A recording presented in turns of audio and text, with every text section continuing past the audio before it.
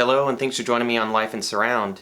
It's finally time to review Marillion, Script for a Jester's Tear, Deluxe Edition.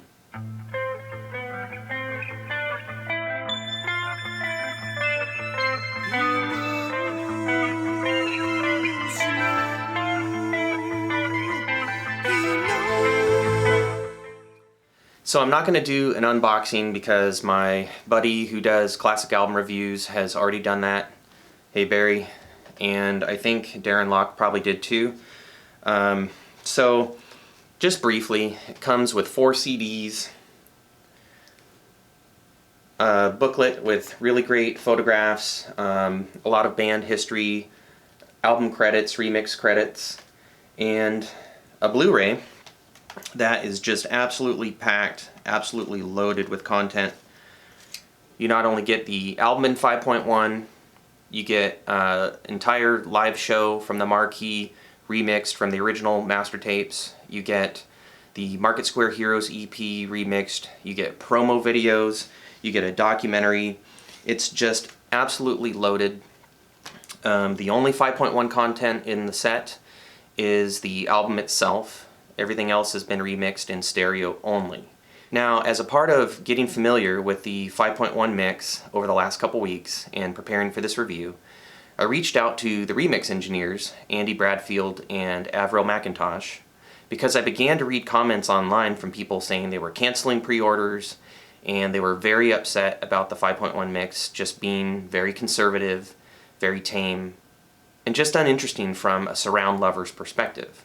I wanted to get their perspective. I like to give sympathetic and fair reviews. I do care very much about surround sound, but in my opinion, music comes first, art comes first. Surround can enhance your experience.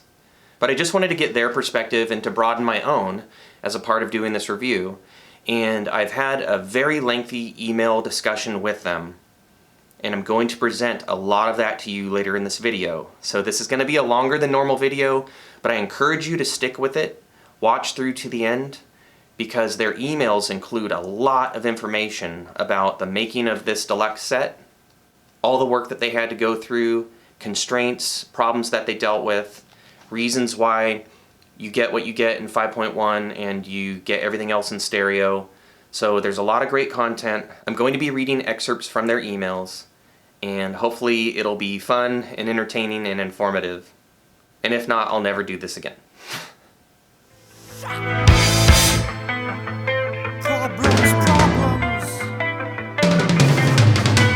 The fidelity of the music, at least on the Blu-ray, is absolutely astonishing. The Live at the Marquee show is probably the highlight of this set for me. The band is on fire. A tremendous amount of work went into making that show flow. It sounds absolutely awesome. If Marillion is your favorite band, and particularly their early days, you have absolutely lucked out because a killer show is being presented with awesome audio. Market Square Heroes EP sounds great on the Blu-ray as well, and especially the 5.1 mix of the album itself just sounds jaw-droppingly, astonishingly amazing.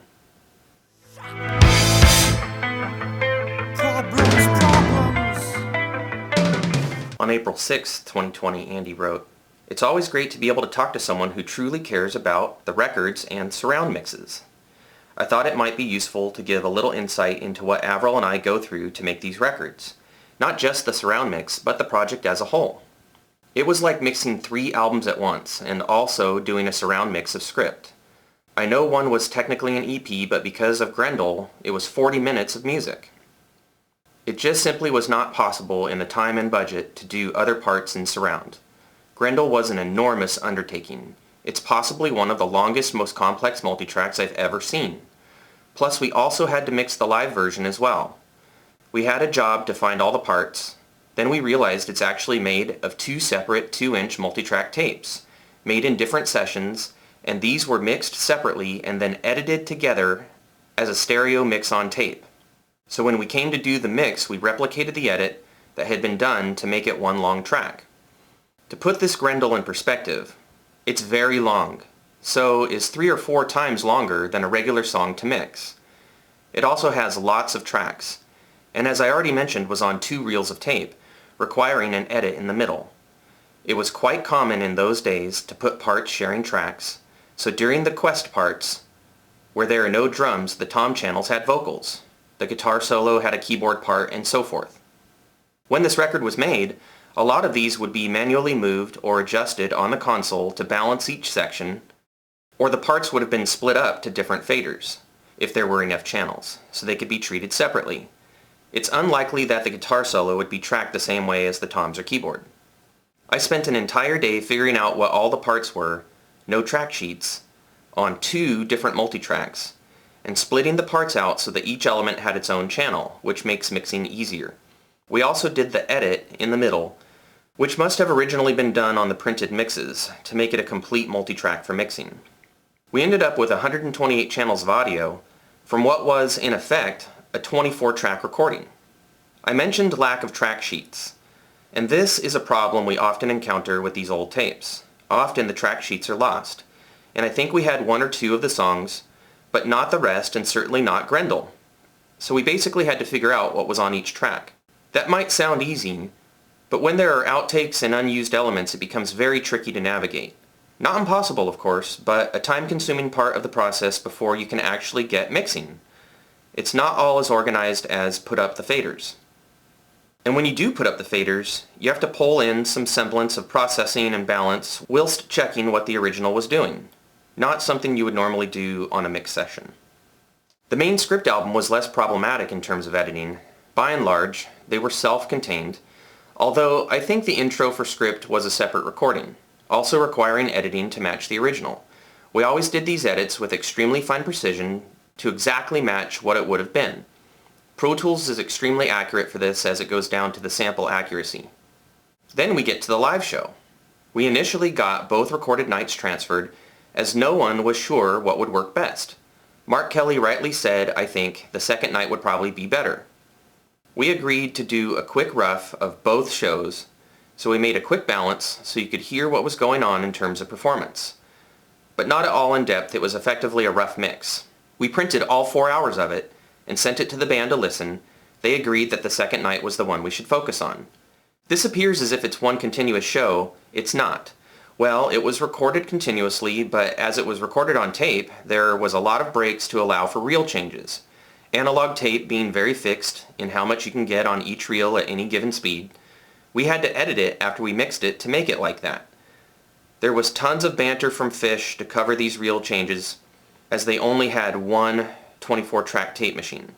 Having one machine meant they had to work out the set to allow for the reel changes. They could not happen mid-song. So there was all kinds of signaling going on, and as it was in front of an audience, Fish had to ad-lib storytell to cover these moments when the changes were happening. They did a pretty good job, as not a lot was missing on the actual recording, but in its raw form it needed to be edited to make it work for a record. It would have been too long and not flowed well otherwise. We also made sure this show was put on the Blu-ray, as again this could be 96K 24-bit, which of course is not possible on CD. And again on April 6th, Avril wrote, "Please check out the original script before listening to the new 2020, and you will hear why we are very pleased with how it turned out. A lot of pre-mix work went into getting it just right. And as Andy said, I know this record inside out even before getting my hands on the multitracks. I specialize in vocal production and getting the best from singers, and it's all about the vocal for me. Something I got from my Bob Clearmountain days.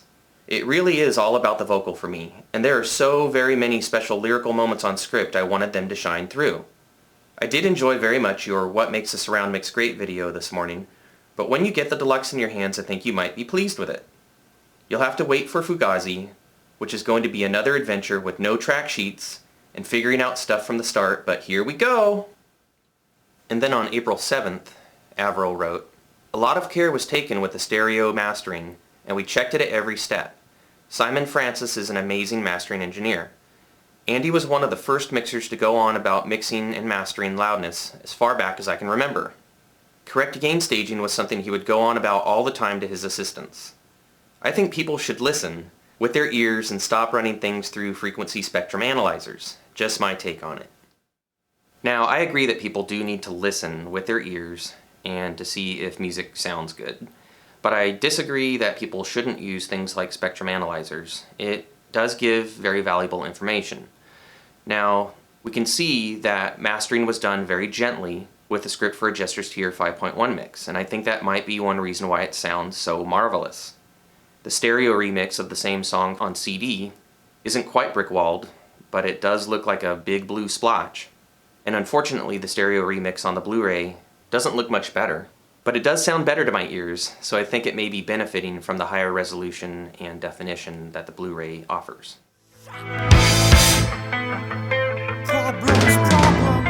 Musically, for the uninitiated, early Marillion is inspired a great deal from bands like Genesis, Camel, and Rush. And that is right up my alley, and not only do they have proggy influences like that, but they also have a tremendous pop sensibility. Their music is intricate, but it's also hooky, it's memorable, and to me, a lot of passion and a lot of really interesting insight comes out of Fish's lyrics. Alright, so it's life in surround. We have to talk about the surround. It is uninteresting from a surround perspective. If the only reason you want to pick up this deluxe set is an engaging surround experience, avoid. The problem with the surround mix is you essentially get everything up in the fronts. You can listen to just the fronts from the 6-channel mix, and you're not really missing anything.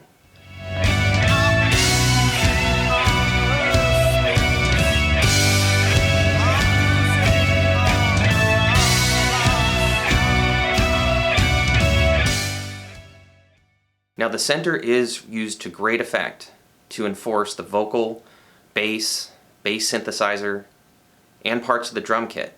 The fool escaped from paradise will look over his shoulder and cry, sit and chew on daffodils and struggle to answer why. And I really do think that the use of the center channel is where we're getting a lot of our fidelity improvement from. The problem with the surrounds is they hardly ever have anything interesting in them.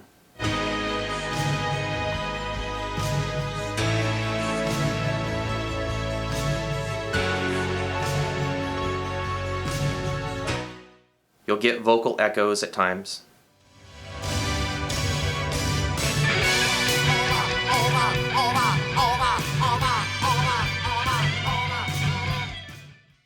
And occasionally the surrounds will favor a keyboard part, but usually a fairly static one, not a melodic one. And then later in the song, Forgotten Sons has a guitar part panned almost all the way back in the left. But this is the one instance in the album where this really happens. And so another problem that a lot of people have with the surround mix is that it's simply inconsistent. I know Bob Clearmountain does the stereo and 5.1 at the same time, but there's a very good reason we cannot do this, as we work in a different way. Although we still use a bunch of analog gear that sounds great, we mix in Pro Tools, and you can't make Pro Tools do two entirely separate mixes at once. I have tried, believe me. Bob uses an analog SSL console to mix on, and an analog console does not suffer from delays that need correcting. So he can effectively route to two different buses from each source, and create two different discrete mixes without issue, as they will arrive at the same time. We came back and did the surround mix once we had completed the stereo mix. This was also because of time constraints. Vinyl has a lead time of approximately 5 months, so the cutoff for making the stereo mix and getting mix approvals and doing all the various edits to match the original running order had to be done, mastered, and vinyl cut, and then sent to the factory way before the files are needed for the Blu-ray. Now, at no point during this did we treat the 5.1 as an afterthought. We tried hard to make it go around the room, but it just did not seem to work well. Our approach when doing the mixes and the surround was to make a great record and offer a different perspective on what was done at the time. Try to improve on it, treat it more like as if it was done now, with a nod to the vibe of the time. It's interesting that you like to hear more extreme use of surrounds. If the record lends itself, then great. Script is layered in such a way that this was harder to do. To give an example, there was a moment where there was a solo, and we thought, let's pan the guitar harmony part. Problem is, they were bounced onto one track on the original multitrack. Some of the harder hitting moments sound a bit weak when you start pulling them apart. Sadly, as I alluded to earlier, there is also the practical aspect of time, budget, and band sign-off, the enemy of many a good project. I'm glad you like the Fidelity. We strived hard to make this a great record sonically, and I think on the whole we managed to do that. Remaking these records is a bit like remodeling a room in your house. You make a hell of a mess first, and wonder how you're going to get it all back together. And then it ends up great and you forget all the trauma that got you there in the first place. So yes, as an overall product, I am very, very pleased with the Script for a Jester's Tear Deluxe set. The main benefit that you're getting from picking it up is the massively improved fidelity of the original album, Market Square Heroes EP, and the live show from the Marquee. You get a ton of other content as well on the Blu-ray, and it is an important point to stress that Andy and Avril fought to get all of the bonus material included on the Blu-ray. A lot of times with these deluxe sets you get a bunch of bonus material on CD and not on the Blu-ray or the DVD involved. And in this case, I've listened to the stereo remix stuff that is available on the CDs, and it just doesn't sound as good to me as playing the Blu-ray. So that was very, very cool of them to fight for that. Alright, so I hope that was fun and educational. Avril, you were correct. I do love this deluxe set. I wish that the surround were more engaging as a surround experience, but I love the amazing fidelity that's been brought to the album, the EP, live show. A lot of love and passion and knowledge about this band has obviously gone into this project. It's deeply appreciated. I also appreciate how kind and patient you and Andy were during our lengthy email conversation, and I hope that maybe it's just helpful to know that there are surround music lovers out there who want active mixes, and we've discussed some awesome surround mixing influences like Elliot Shiner, Bob Clearmountain, Steven Wilson, Alan Parsons, and some others. And so hopefully maybe a little bit of that'll rub off, and we'll get a more engaging and interesting surround mix for Fugazi and for Fish's upcoming record. Here's to hoping. Now, if you haven't already and you're interested in what I do, please subscribe, like this video, leave your comments below, tell everyone what you think about Script for a Jester's Tear Deluxe, and your hopes and thoughts for Fugazi, for Fish's upcoming album, for the later Hogarth albums that are going to be remixed in 5.1. And as usual, until next time, live life in surround.